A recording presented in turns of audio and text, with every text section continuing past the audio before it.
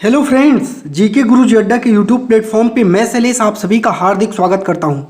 प्यारे साथियों, जैसे कि आप सभी को पता होगा, CTET previous year question paper आपको करवाए जा रहे हैं। आज हम लोग चाइल्ड डेवलपमेंट एंड पेडागोजी, बाल विकास एवं शिक्षा शास्त्र, ये है आपका जो पेपर है वो सीटेट का ही पेपर है। और ये जो एग्ज़ाम हुआ था वो 7/7/2019 अर्थात 7 जुलाई और 2019 का ये पेपर है। इसमें आज हम आपको सीडीपी करवाने चल रहे हैं। तो प्यारे साथियों, आइए हम लोग अपनी सीडीपी को करते हैं। पेपर 1 और पेपर 2 दोनों के लिए बहुत महत्वपूर्ण है। पहला क्वेश्चन है, निम्नलिखित वर्णन को पढ़िए तथा कोहल वर्ग के नैतिक तर्क की अवस्था को पहचानिए। वर्णन है, अंतःकरण के स्वचयनित नैतिक सिद्धांतों के द्वारा सही कार्य परिभाषित किया जाता है जो कानून एवं सामाजिक समझौते पर ध्यान दिए बिना संपूर्ण मानवता के लिए वैध होता है।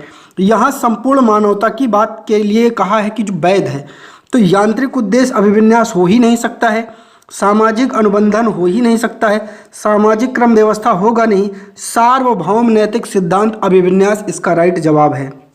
प्यारे साथियों, आइए क्वेश्चन नंबर 2 पढ़ते हैं और इसके राइट जवाब के बारे में देखते हैं। कौन सा मूर्त क्रियात्मक अवस्था के बारे में जो प्रमुख कौशल है उनमें से एक है? आपको दूसरे का राइट जवाब देना है। तो सजीवात्मक चिंतन नहीं है, सुरक्षित रखने की योग्यता जो है यही आपका क्या है, सबसे सही आंसर है। क्वेश्चन नंबर 3 पढ़ते हैं और इसका राइट जवाब देखते हैं। जीन पियाजे एवं लेव वाइगोत्स्की जैसे संरचनावादी अधिगम को किस रूप में देखते हैं? तीसरे का राइट जवाब दीजिए, क्या हो जाएगा? कौशल का अर्जन नहीं करते हैं, प्रतिक्रियाओं का अनुबंधन बिल्कुल नहीं, निष्क्रिय आवृत्ति प्रतिक्रिया बिल्कुल नहीं, सक्रिय विनियोजन से अर्थ निर्माण की प्रक्रिया, यही इसका राइट आंसर है। थोड़ा कठिन है क्वेश्चंस, इनको करिए और अपनी प्रैक्टिस को देखिए। समाचार पत्रों से कहानियां एवं कतरनों का चयन करना, प्रस्तुत करना जो पुरुष एवं महिला दोनों को गैर परंपरागत भूमिकाओं में चित्रित करते हैं, निम्नलिखित में से किसके लिए एक प्रभावी रणनीति है? चौथे का आपको राइट जवाब देना है। लैंगिक जेंडर पक्षपात को नहीं बढ़ा रहा है ये, लैंगिक जेंडर स्थिरता को बढ़ाने के लिए बिल्कुल नहीं, रूढ़िवादी लैंगिक जेंडर भूमिका को प्रोत्साहन देने के लिए बिल्कुल नहीं, लैंगिक जेंडर रूढ़ियों का सामना करने के लिए, जी हाँ, ये सामना करने के लिए जो है बात कर रहा है। चलिए आगे बात करते हैं क्वेश्चन नंबर 5 की ओर, देखते हैं 5 क्या कह रहा है। निम्नलिखित में से कौन बच्चे के सामाजिकरण में एक महत्वपूर्ण भूमिका अदा करना है? इसका आपको राइट जवाब देना है। क्वेश्चन नंबर 5 का क्या होगा? तो जल्दी से बताइए क्या होगा। क्वेश्चन 5 का जवाब दीजिए। मीडिया बिल्कुल है, विद्यालय भी है, परिवार भी है, पास पड़ोस भी है, तो चौथा आपका राइट जवाब हो जाएगा।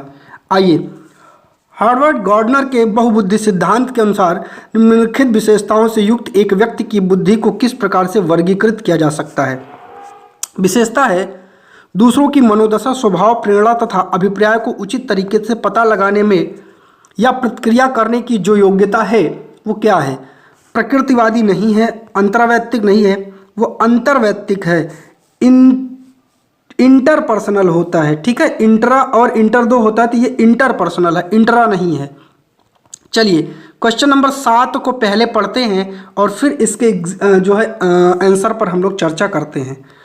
बच्चों के मूल्यांकन के लिए निम्नलिखित में से कौन से कारण होने चाहिए? पहला है, बच्चों को गैर उपलब्धि वाले, निम्न उपलब्धि वाले, औसत एवं उच्च उपलब्धि वाले के रूप में अलग करना एवं नाम देना। तो अलग करोगे भैया, गलत है, अलग करने की बात कर रहा है। एनसीएफ अलग करने को मना करता है। कक्षा में शिक्षण अधिगम प्रक्रिया में सुधार बिल्कुल सही है, ये गलत हो जाएगा। समय के साथ बच्चों में होने वाले अधिगम परिवर्तनों में प्रगति के बारे में पता लगाना सही है।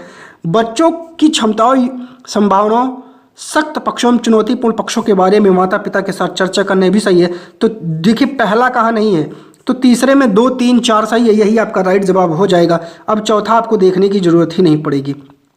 आइए क्वेश्चन नंबर 8 देखते हैं। निम्नलिखित में से कौन प्रगतिशील शिक्षा की अवधारणा के बारे में प्रमुख है? 8वें का राइट जवाब दीजिए। तो पाठ्य पुस्तक केंद्रीय अधिगम गलत है। प्रत्येक बच्चे की क्षमता एवं संभावना में विश्वास करना, ये आपका राइट जवाब है।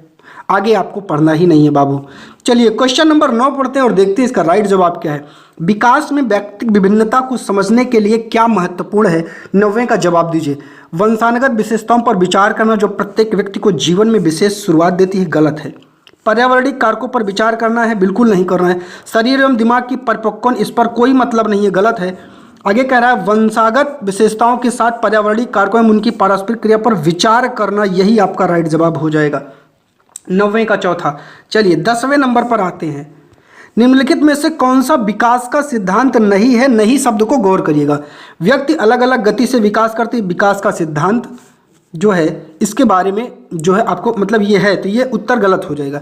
विकास तुलनात्मक क्रमिक होता है, ये भी है, तो ये भी गलत हो जाएगा। विकास धीरे धीरे घटित होता है, ये भी है, ये भी गलत हो जाएगा। विकास की सटीक गति प्रकृति जन्मजात निर्धारित, ये आपका राइट जवाब है, ये नहीं होता है और आपसे नहीं ही पूछा है, तो राइट जवाब आपका चौथा हो जाएगा। Question number 11। अनेक शोध अध्ययनों से पता चलता है कि शिक्षक लड़कियों की अपेक्षा लड़कों से अधिक पारस्परिक क्रिया करते, इसका सही विवेचन क्या है? 11 का राइट जवाब दीजिए। लड़कियों की तुलना में लड़कों में शैक्षिक क्षमताएं काफ़ी अधिक, गलत है, तुलना करना ही नहीं है।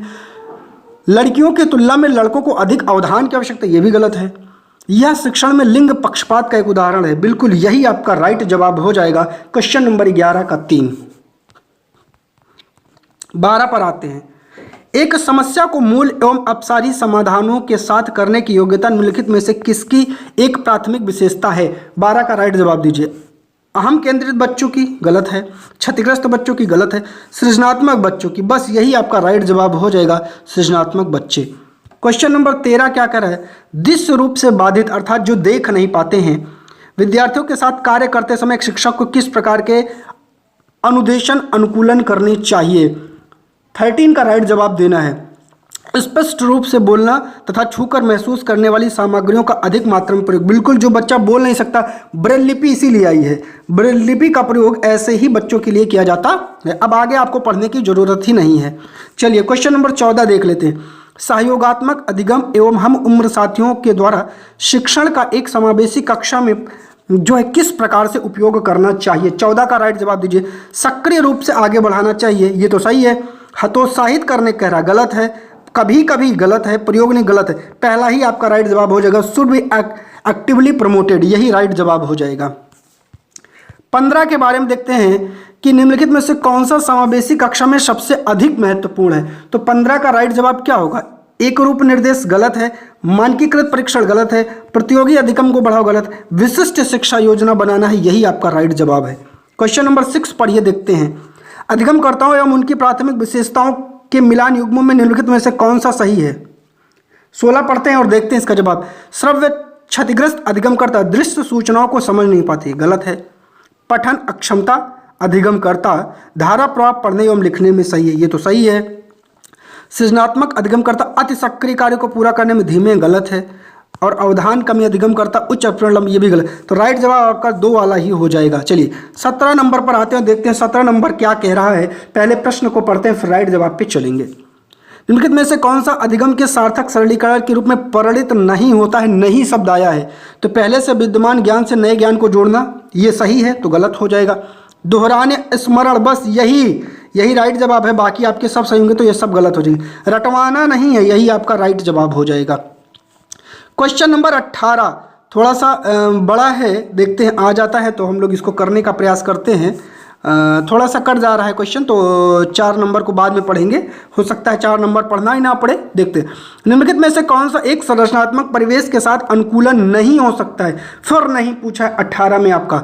तो विद्यार्थी को जटिल, सार्थक एवं समस्या आधारित गतिविधियों में लगे रहने के लिए लगातार अवसर दिया जाना चाहिए, ये तो सही है, तो गलत हो जाएगा, अवसर देना ही है। विद्यार्थी सहयोगात्मक तरीके से कार्य करते हैं, आपस में कार्य केंद्रित वार्ता में सहयोग दिया जाता है, ये भी सही है, तो गलत हो जाएगा। शिक्षक प्रमुख प्रकरणों के संबंध में विद्यार्थियों के विचारों एवं अनुभव को प्राप्त करते हैं तथा उनके वर्तमान ज्ञान की पुनर्संरचना तथा विस्तृत जानकारी के शिक्षण अधिगम की योजना, ये भी सही है, तो ये भी गलत हो जाएगा। इसका मतलब हमारा राइट जवाब 4 हो जाएगा, ये नहीं हो सकता। अध्यापक विशिष्ट सत्रावसान मूल्यांकन रणनीतियों को लागू करते तथा प्रक्रियाओं के बजाय प्रदर्शन की फीडबैक देते, ये नकारात्मक उत्तर है, यही आपका राइट जवाब है। चलिए क्वेश्चन नंबर 19 देखते। एक शिक्षक को विद्यार्थियों को निर्धारित करने के लिए प्रोत्साहित करना चाहिए बजाय के 19 का राइट जवाब आपको देना है। तो अधिगम लक्ष्य प्रदर्शन ही आपका राइट जवाब है, आगे आपको पढ़ना ही नहीं है। चलिए क्वेश्चन नंबर 20 देख लेते हैं क्या है। निम्नलिखित में से कौन प्रभावी अधिगम रणनीतियों के उदाहरण हैं? तो 20 का राइट जवाब दे दीजिए जल्दी से, क्या होगा। चलिए 20 को पढ़ते हैं। लक्ष्य एवं समय सारणी निर्धारित करना सही है। संगठनात्मक चार्टों एवं अवधारणात्मक नक्शे बनाना सही है। उदाहरणों और गैर उदाहरणों के बारे में सोचना सही है। हम उम्र साथी को समझाना सही है। स्वयं से प्रश्न करना सही है। राइट जवाब आपका 4 नंबर हो जाएगा। 21 के बारे में देखते हैं, इनमें से कौन सा बाह्य अभिप्रेरणा का एक उदाहरण है। बाह्य अभिप्रेरणा, ठीक है, आइए देखते हैं क्वेश्चन नंबर 21 का राइट जवाब क्या होगा। मैं अपना गृह कार्य करना पसंद करती हूँ क्योंकि यह बहुत आनंददायक है। बिल्कुल नहीं होगा। मैं बहुत अधिक सीखती हूँ जब मैं अपना गृह कार्य करती हूँ, गलत है। गृह कार्य करने में मैं अपनी अवधारणाओं को अच्छी तरह से समझ पाती हूँ, ये भी गलत है। मैं अपना गृह कार्य पूरा करती हूँ क्योंकि शिक्षक प्रत्येक नियत कार्य के लिए हमें अंक देते हैं। राइट जवाब है 21। चलिए 22 पे आते हैं। एक प्राथमिक कक्ष में एक शिक्षक को क्या करना चाहिए? 22 का जवाब दीजिए जल्दी से।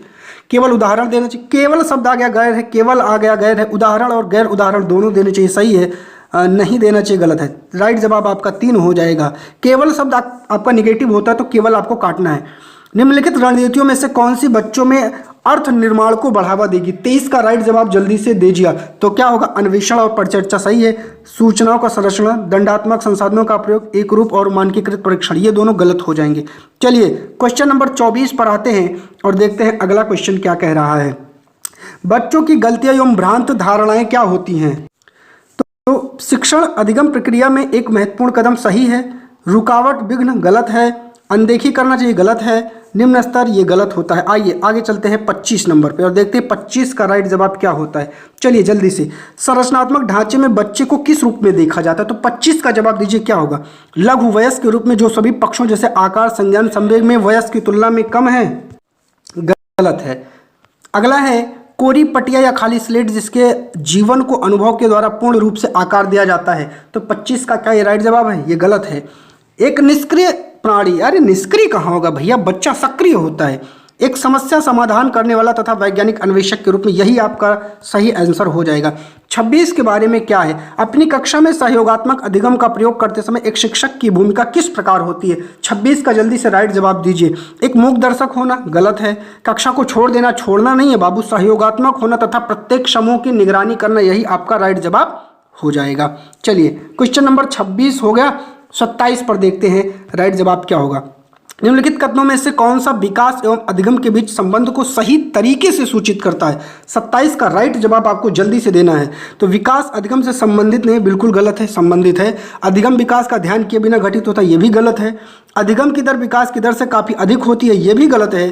तो 27 का राइट जवाब आपका 4 हो जाएगा। विकास एवं अधिगम अंतः संबंधित और अंतः निर्भर होते हैं। राइट जवाब आपका 27 का चौथा हो जाएगा।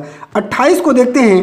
पियाजे के अनुसार विशिष्ट मनोवैज्ञानिक संरचनाएं अनुभव से सही अर्थ निकालने के लिए व्यवस्थित तरीके से जो है इसको क्या कहा जा सकता है? तो 28 का राइट जवाब दीजिए क्या हो जाएगा? मानसिक उपकरण गलत है। स्कीमा आपका राइट जवाब हो जाएगा। तो फिर आपके सारे आंसर गलत हो जाएंगे। 29 को पढ़ते हैं। उचित प्रश्न सुझाव के द्वारा बच्ची की समझ को उस बिंदु में बहुत आगे ले जाया जा सकता है जिस पर वह अकेले पहुंच सकती है। कौन सी संरचना उपरोक्त कथन को प्रकाशित करते हैं? 29 का राइट जवाब जल्दी से दे दीजिए। तो क्या होगा? समीपस्थ निकट विकास का क्षेत्र ZPD, ठीक है, जोन प्रॉक्सिमल डेवलपमेंट, यही आपका राइट आंसर हो जाएगा। चलिए लास्ट क्वेश्चन 30 देख लेते हैं। लेव वाइगोत्स्की के अनुसार आधारभूत मानसिक क्षमताओं को मुख्य रूप से किसके द्वारा उच्चतर संज्ञात्मक प्रक्रियाओं में बदला जा सकता है? तो 30 का राइट जवाब क्या हो जाएगा? पुरस्कार दंड नहीं होगा। सामाजिक पारस्परिक क्रिया सही है। वाइगोत्स्की ने सामाजिक संरचना सिद्धांत दिया, इसलिए यही आंसर आपका सही है। तो प्यारे साथियों, वीडियो अच्छी लगी तो चैनल को सब्सक्राइब करिए, वीडियो को लाइक और शेयर जरूर करिए। आप सभी का बहुत बहुत धन्यवाद हमारे चैनल पर जुड़ने के लिए।